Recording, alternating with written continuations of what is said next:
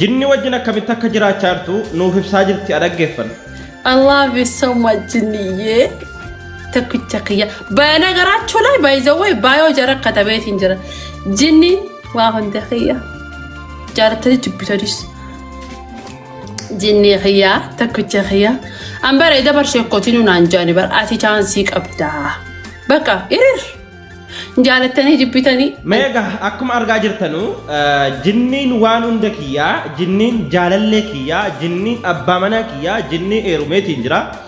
جت جتشون أكو بخير نمون هدول أجندة تربي كناتي أستاذا كبي إلى ولالاتي بيكا إلى ولالاتي تكا هاga guddatti waan kana ajandaa godhee tinjira ana kana dhibe jechuudha jinni eerumuun ni danda'amai akkasuma jinni waliin wal qunnamtiin saalaa hin godhamai dubartiin tokko jinni waliin wal qunnamtii saalaa ni geggeessiti eerumteetti dabalamuu dandeessi إيري أكسم جني وجن إسوري رداي كان جدون جعباب سيسني كاسة جتشون والله جعل لكم من أنفسكم أزواجا وجعل بينكم مودة ورحمة نجر إيش ربي جني إيرمون نجرا بونكم من جرو جتشون إنت المسلماتك جني إيرمون سكب ربي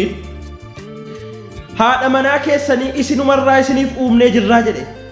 آدمين آدم الرا هوان جتشون لبود ما كيسن الرا هذا ورا كيسن isniif uumneen unjedhee jira quraana isaa keessatti bakka hedduutti dubbate jinniin muslimaa ni jirti jinni muslimaa ni jirti kan kaafiraas ni jirti jinniin fi sheexanni gargari jarri suuratul jinni ni jira deebitee dubbachuu dandeessu quraanaan bu'ee jechuudha waa'ee jinni kan dubbatu kan ifa baasu ammoo jinnichi eerumuun kun dhugaadha ka jedhuu fi kijiba bakkee adiidhaa jechuudha namoonni tokko feemasuma ta'uudhaaf ajandaa uumanii maqaan jira akka bakka hedduutti ka'uudhaaf jechuudha waanuma fedhe fudhatanii ka'u intalli kun ni kijibdi jechuudha kijibaadii fudhattee dhufte uummata gaagulaanii jirti warra jalatiif in jalan fiigina uuma sagalan dhuunfaa dhufee dubbatee dhugaa jettanii jalan fiigina xiinxalaa waan kana kijiba garuu jinni wajjin jiraachuu dandeessi jinniin dhufee akka barbaade nama diinii rabbiirraa fagaatee qabachuu danda'a